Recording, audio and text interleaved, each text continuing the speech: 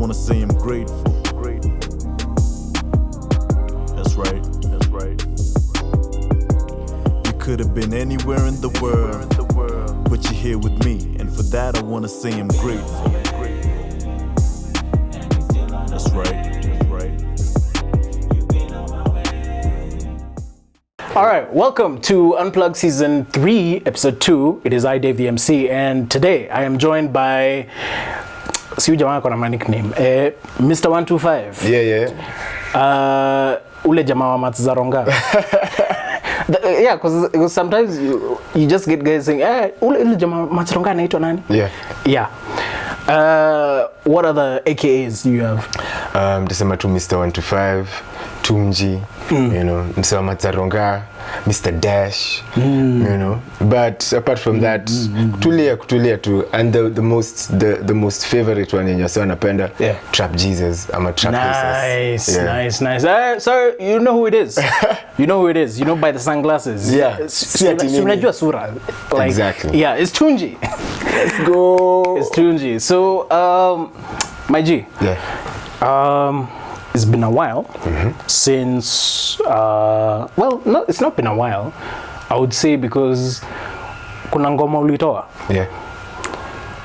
Ukauliza, you know, you asking a question that guys were asking, Tunji alienda wapi? Yeah. The one you did with ZJ Heno. Yeah. Like, was it because so many people were asking, kwani you just disappeared off the face of the planet? How did that song come about? To be honest, like, nilisikia beat. Heno alinitumia a bunch of beats. Akaniambia, yo niaje, we've worked on an album previously. So, you did a song for me and... For his album? Yeah, for a previous one. Ya kitambo, I think hapo 2016, before even like Matzaronga. Yeah. So he sent me the beats. Yeah. There was one... a reggae beat, wacha tuite reggae rhythm vile msanii zapenda, na kulikuwa na beat za trap. So when I had that particular beat, ilinipeleka to that place, because at that particular point in time, the space I was in was, nilikuwa natoka nikitembea, wasi wanatuambia, hey, Tunji tupe ngoma, Tunji tupe, mbona utoi mangoma? And at the back of my mind, I'm like, nimetoa mixtape, iko na 20 tracks, nimetoa singles, nimekuwa nikichak singles for the past 2-3 years.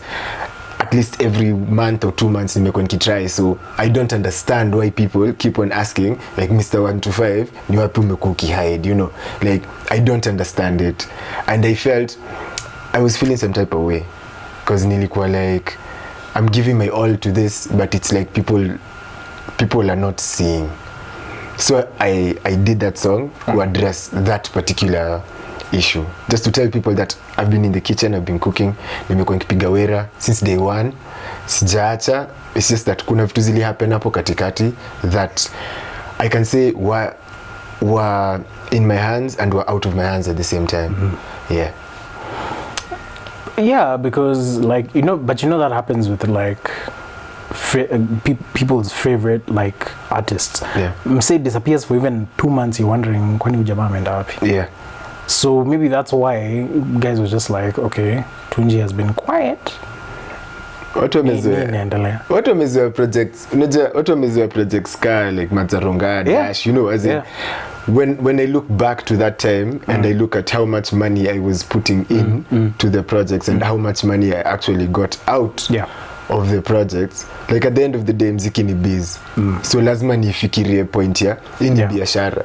And by virtue that it was money, as in it was investors' money, when it reached a point where sikuweza, like, the money coming in was not enough and people wanted to cut the losses, ilibidi nimeingia into my own pocket deeply, you know, to a point where iliniwacha in a very, for lack of a better word, uncomfortable position, you know. And I learned so many lessons through that, na nikasema, yes, I'm still doing music, but I'm doing it with a level head, you know, because it reached a point I didn't even have a house. I couldn't, like, eat, you know, nikuwa na couch surfing, from friend to friend, you know, trying to make ends meet. I'm trying to look for shows, there's nothing, my music is not being played, niko na makesi, you know, so that's the story that people don't know, as in a lot happened. Yeah. Yeah. How long have you been doing like music for now? Okay, for me, naweza sema ile, let's say from 2017 till now. Yeah. So that's like 4 years. But I've been doing before music. that? Before that, I started doing music. I started writing music nikiwa class 6. And then my whole high school life nilikuwa na freestyle. I used to talk to myself. Nasnikisha mapalito chuo. Yeah. Yo form yote. But in high school, majorly nili major on poetry. Yeah. Like I used to write a lot of poetry. And then when I came to Campo, I started off as a DJ. Just to supplement income. Like play background nimetoka lazima uhustle. After that nikadifa my studies for 3 years. That was back in 2017. Ndo niliresume chuo last year kumaliza 4th year. But that's the period of time like I've been in the music space for a while. Yeah. Okay, so we talked before, like off air, about this question. So I'm not going to ask the question in the same way other interviewers do it. Yeah. And by the way, this is the only unplugged station. So K24, you owe me a check. You owe me a check. Give me a check. Maneno na copyright mwache mchezo. Mwache mchezo. Yeah. But anyway, so of course you get the question, you know, Ronga. Yeah. Yeah. You know, and even the remix. Yeah.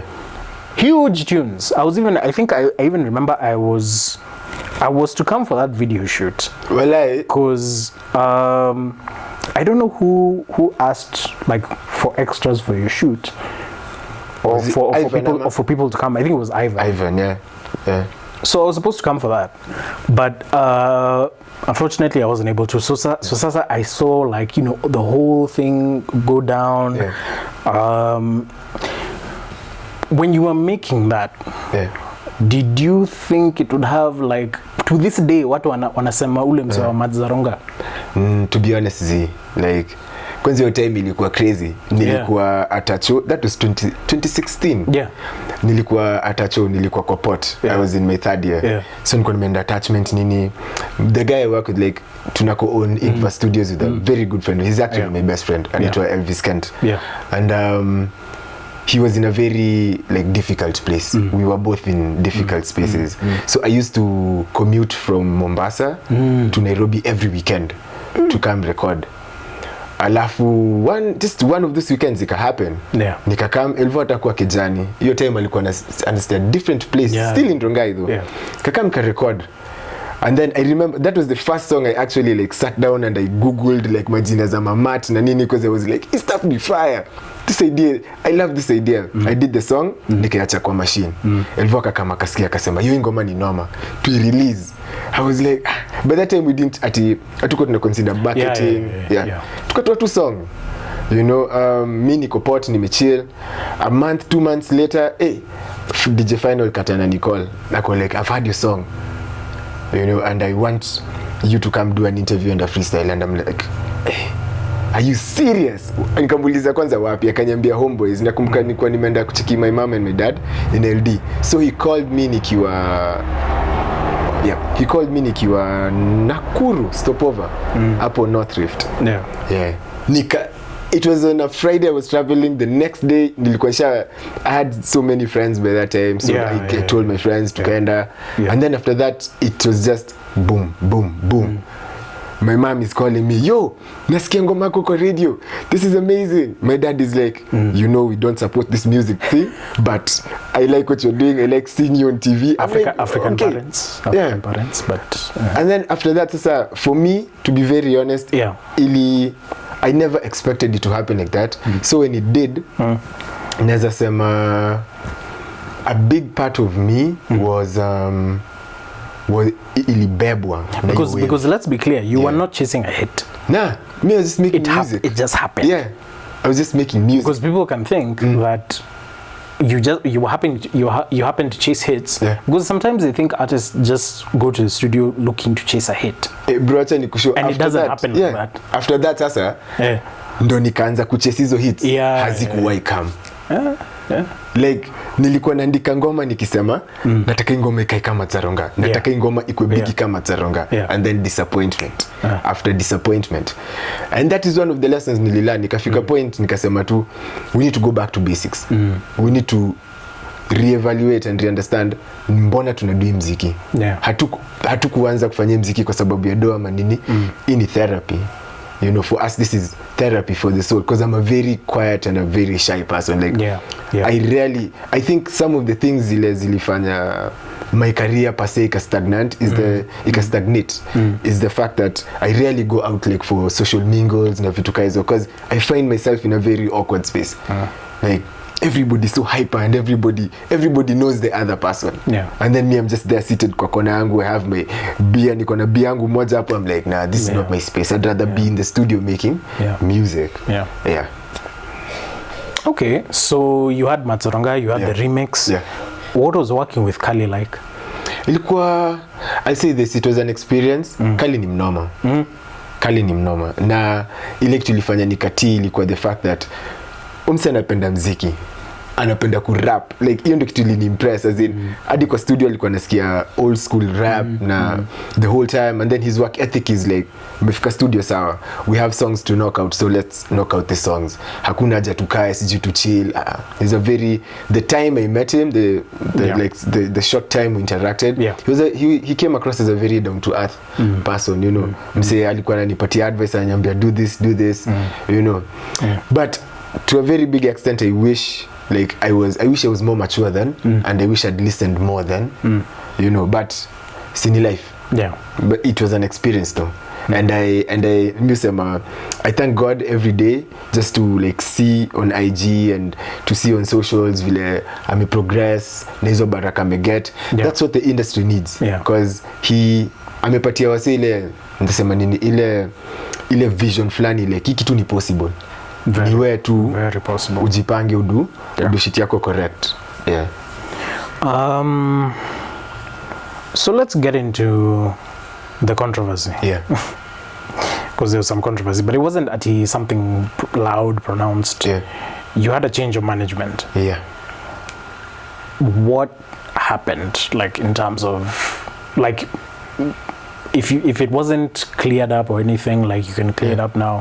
What happened that made you change management? Because it seemed like you were going really up, and then you got to a point where it was just flatlined kidogo, but then now you're coming back up again. Like, so what happened with the management?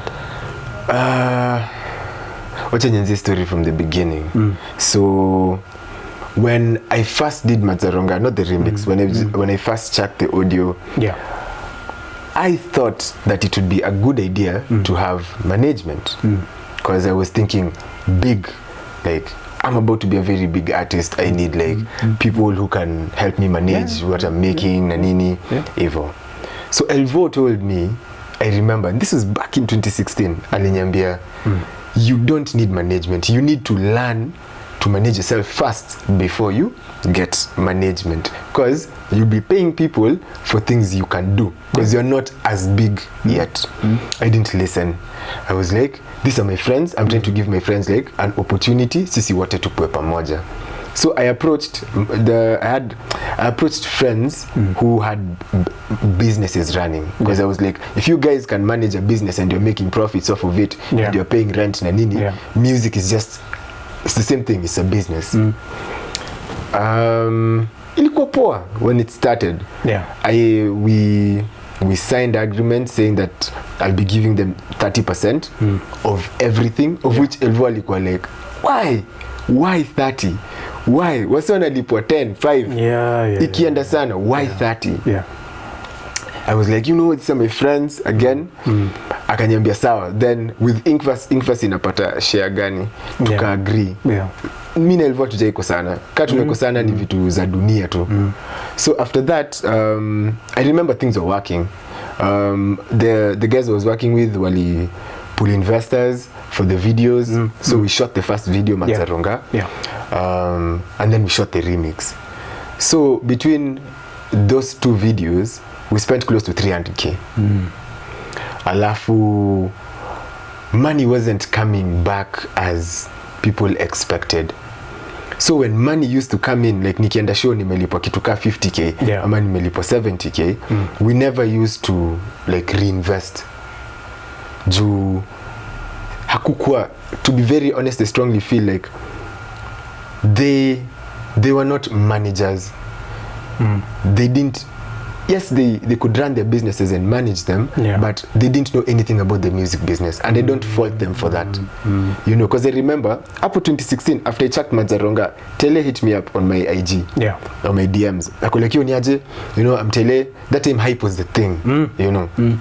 I'm Tele, I love your music, I'd like to like work with you, manage you, tukaizo. I told him, mi sina pressure, like tuneza duera, but I have people that I'm already working with. Wenye siwezi toka, because me, I'm loyal to a fault. That's just how I am.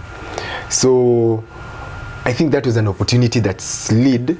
I don't know if it was good or bad, because a lot of things came to light about a lot of things, kuhusu hype na nini. So I don't know if I would have been among those people, you know, but we talked with Tele alinyambia, like, for him, he really tried, by the way, because I remember he tried pushing my music, he gave me shows, you know, but we talked to him na alinyambia, for me and my model and the way I package myself, it doesn't work with his like crowd. No, him, he's different. So ikafika, that's what organizers say, but I know ikafika 2017 tumetoa remix, everything is going good, kila msee alikuwa analipwa, kila msee alikuwa poa. 2018 tukadu hiyo ngoma na Kidis, hiyo Excuse Me Dada. Everybody complained about that song. They were like, you are not, kwanza we checked Harambe. By the time we were checking Harambe, we didn't have money. You know, Harambe is a visualizer. We had to talk to a friend of ours, and it was Stutzi. Ni Stutzi. Yes. Hiyo time alikuwa nastay hapa Ronga. He's a dope like designer, interior designer.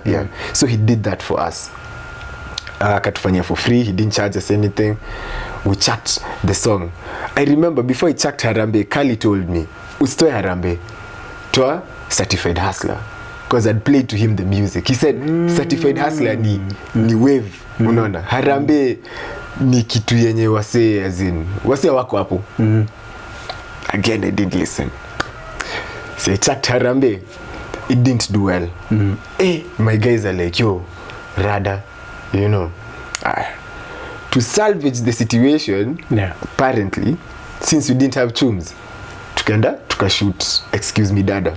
I love the song. I loved working with Kidis, because I've been listening, like, mi upenda kuwork na wase wale nimekuwa nikisikia mziki yao for the longest of time, and they influenced my music at some point of time in my childhood ama nini, because alinifunza vitu kadhaa, you know, especially yeye ndo alinipea confidence ya kuventure story ya kuimba na nini, because at that time everyone around me was telling me, yo, rap, you can't like do vocals nini. So we did the project, we shot the video. The song was produced by King Fizzle. Say King Fizzle anadupoa, which is a blessing. Alafu we checked it. So according to me now, nikiangalia sahi, that wasn't, those two songs weren't a good move.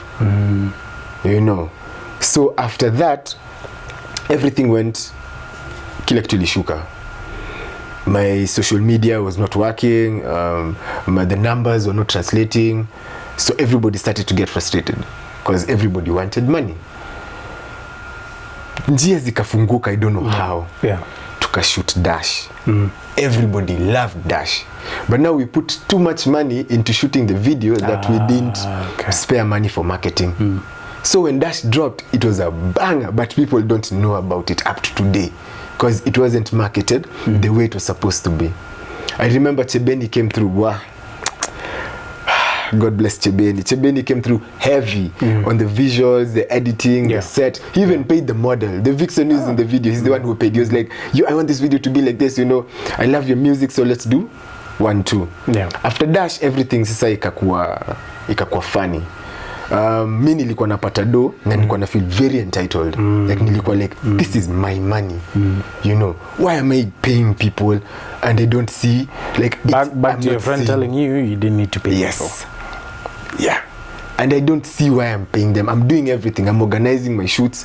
I'm trying to do my best to keep my head above water. You know, ikakuwa too funny. You know, because I'm like, we meet every day with these people. We sit, we chill, we talk, we leave. We don't do. Where's the action? You know, I don't fault anyone, because at the end of the day, we were young. So after that, ikafika 2019, was it 2019? No, 2019, yes. For quarantine tapes, that's what happened. Alafu, I feel like it came at I think another reason as to why I was that happy at that time, because sababu sikuwa na stress ya shule. I was just, most of the time I used to spend hapa kwa studio. Hakuna story ya kwenda chao, sijui kutafuta nini. Wasi wako lockdown. So what better thing to do than to make music, you know. After that, I checked, there's a tape people don't know about. It's called End of Sem Sessions 3.1. I checked that after Sunny resumed, because I went back to school third year. I had to redo my third year again, Apo 2020. And then I finished my third year December, and then 2021, saying go for the first sem, ndo nataka at least I finish by December, and then I can do my own things. Okay. Now I'm going to bring this up now because this is an issue I have with a couple of artist friends that I know. Wewe Shukit na Kevin Grands. Why are you people building vaults instead of releasing music? Okay, personally, siwezi ongea for Shukit ama for Kevin Grands.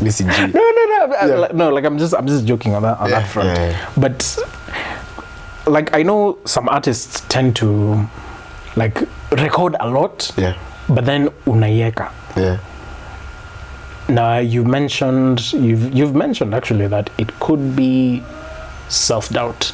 But is it more of self-doubt, or is it more of you're just recording because it's not just therapy, because I believe music is therapy. It's also you just, you know, staying in the vibe of, because I know maybe if someone was to tell you, okay, wachana mziki for a year, and that'll like affect you heavy, that can't happen. It can't. So like what's happening with music? Because like is there another project coming? Is there singles? Are you just doing singles for now? I'd say this, for me personally, like the reason as to why I haven't released music is because when I was depressed, and ilikuwa mbaya, ilifika point yenye anything I used to check, I used to feel like it's not enough. So it reached a point where I've made so much music and I've recorded so much music, but naogopa kile watu watasema. Like iliacha kuwa about me and my healing, ikakuwa more about what will the people say. So that is something that I had to deal with. Excuse me. That is something that I had to deal with.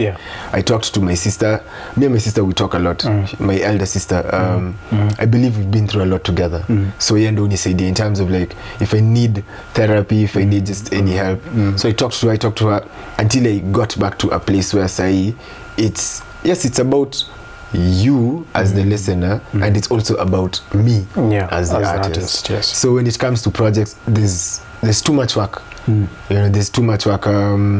Saizi leo natoa single inaitwa Gang Activities. Probably today is Tuesday, so probably Thursday I'm going to check another single, and then probably on Saturday I'm going to check another single. I've checked a tape. I checked a tape on 12th, but Subland I haven't marketed it. Like kulikuwa na issues flani. What's the tape called? It's called Love, Sex and Drugs. Kulikuwa na issues here and there, in terms of like coming up with the visualizers and scheduling them on YouTube na nini, and the reason being I'm the one who does all of that. So I have to have priorities, because nikipata wera, like when I get a paying job in design, I have to prioritize that. Now vile nimekuwa so busy, so see excuse like me usema my day ones uelewa, because I'll go on my socials and I'll be like, yo, tape imechelewa, kuna hii na hii na hii imekuwa ikihappen, so hivyo tu ndo vibe imekuwa. So just be patient with me, but mziki iko. I did an interview with Trace about that fear. We talked a lot about a lot of things.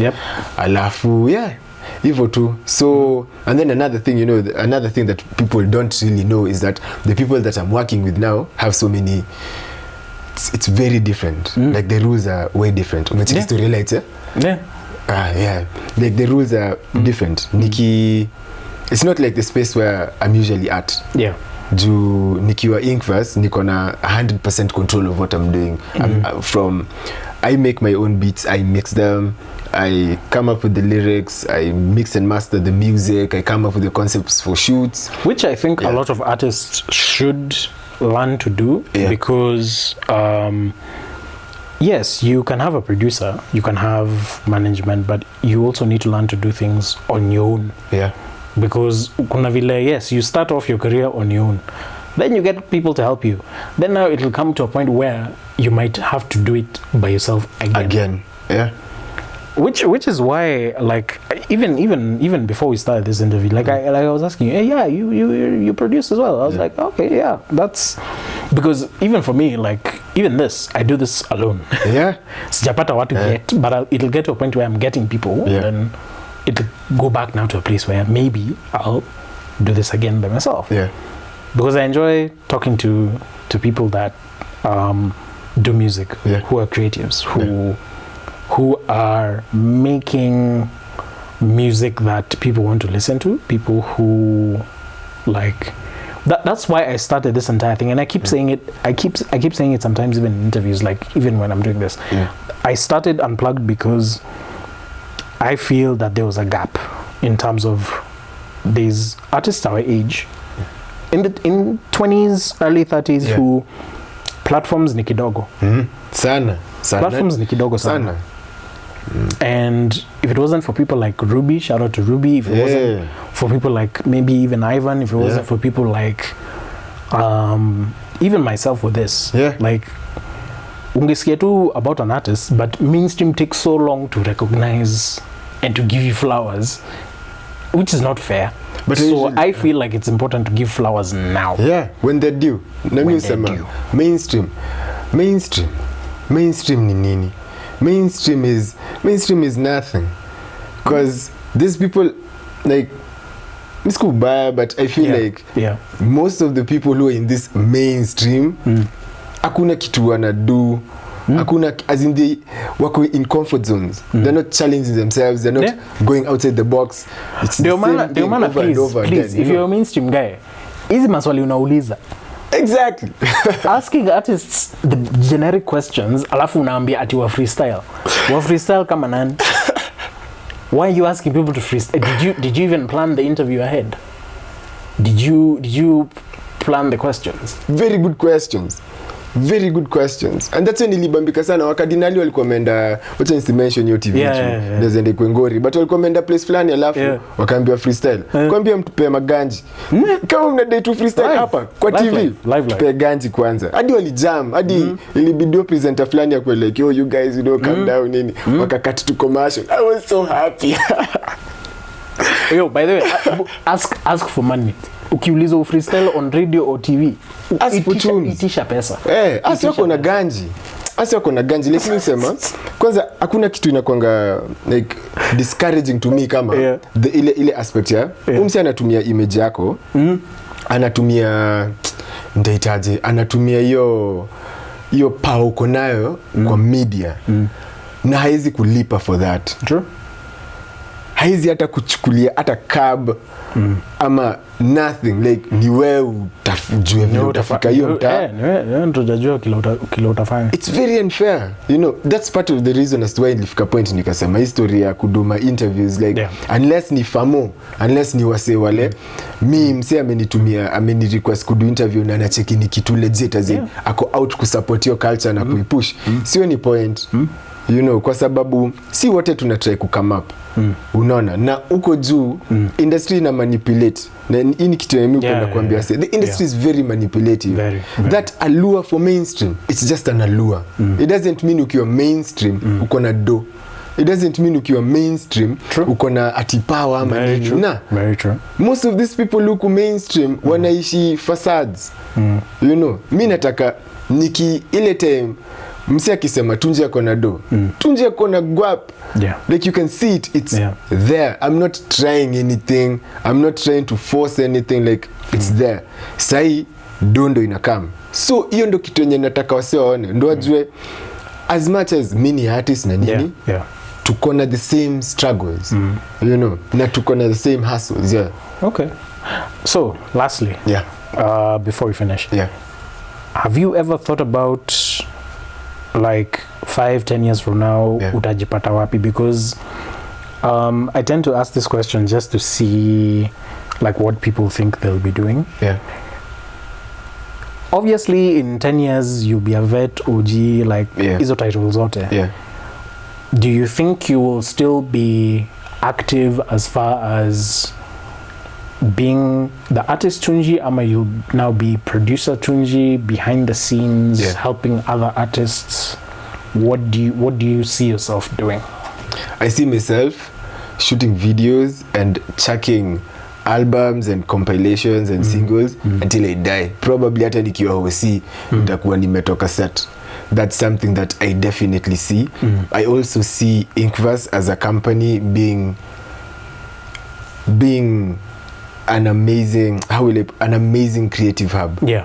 Per se, na itakuwa kitu yenye nimework for, Elvo amework for, na tume-establish. So the best way for me to answer that is that I see myself being major and heavy in the scene, and I also see myself being major and heavy behind the scene, because I strongly believe mimi nilisaidiwa kufika place yenye niko, na if I extend the same hand back, baraka zinakuja in that way. Zinaweza kusa kunikujia mimi, but naweza barikiwa na family nini na izitawaendea wao. So that's the vision. And I also see, like, this is usually crazy, but I usually see myself in a position where internationally nitakuwa na my roses. That's something that I strongly believe. Like, I usually say I don't fault anyone, and I'm not judge, jury, no executioner, but I strongly believe that the time is now and ishafika. Msanii ni kujiamini. Ni kujiamini. To me ishafika, and I strongly feel like I don't need 1 million people on my vibe one day and then I have 1,000 people the next day. I need 1,000 people on my vibe every day. So I strongly like 5 years nitakuwa na waseka 10,000 wenye naweza sema yo niaje niko na album na ikinda 1,000 na wako na ability ya kubuy kwa sababu ya kitu moja. Mziki yangu iliwasaidia ku-elevate from states zile walikuwa. So they stick to that the way msee saizi ako so loyal. Album ya J. Cole ikitoka ashaibuy. Album ya Nicki vile ilitoka ashaibuy. Hivyo 10 years I'm putting that number at anywhere between 100,000 to 1 million. Good strong stuff. Good stuff. All right, man. Thank you for doing this, first of all. No pressure, my G. I just normally just reach out. If you're down to do an interview, you're down to do an interview. It's cool. So yeah, please make sure you check out Tunji's YouTube channel. He's always releasing new music, so you mesikia kuna ngoma ina drop leo.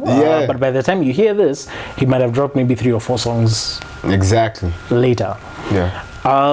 Check out Mook as well. Go buy the Quarantine tapes. Go buy the Good Vibes mixtape, which is also good. What else? Shout out to Inkverse Studios where we are for hosting. What else you got? Mimi nitambia in closing kile naweza sema ni at the end of the day you are who you choose to become.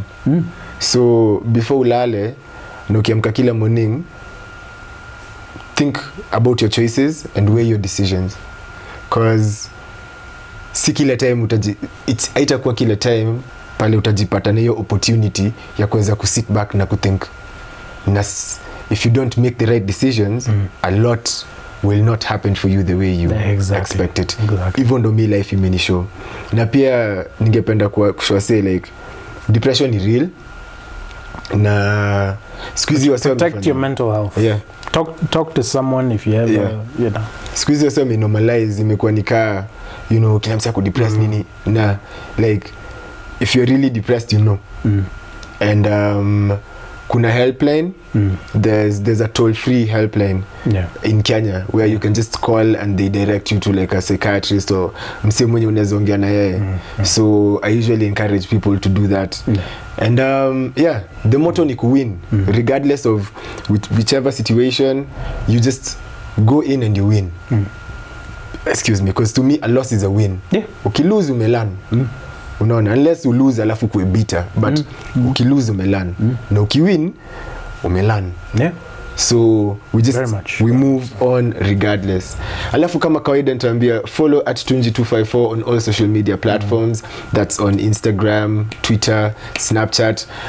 We'll be doing spaces. I love Twitter spaces, so at any point of time like ukicheki tu link iko ya Twitter spaces, just know tuko about kuongea tu ufala mob uko na just have a good time. So I'm really grateful for the opportunity and the time. Bro, mimi nishukuru sana, you know. Na tumekuwa unplugged. Man, thank you for watching. Till next episode, peace. Let's go.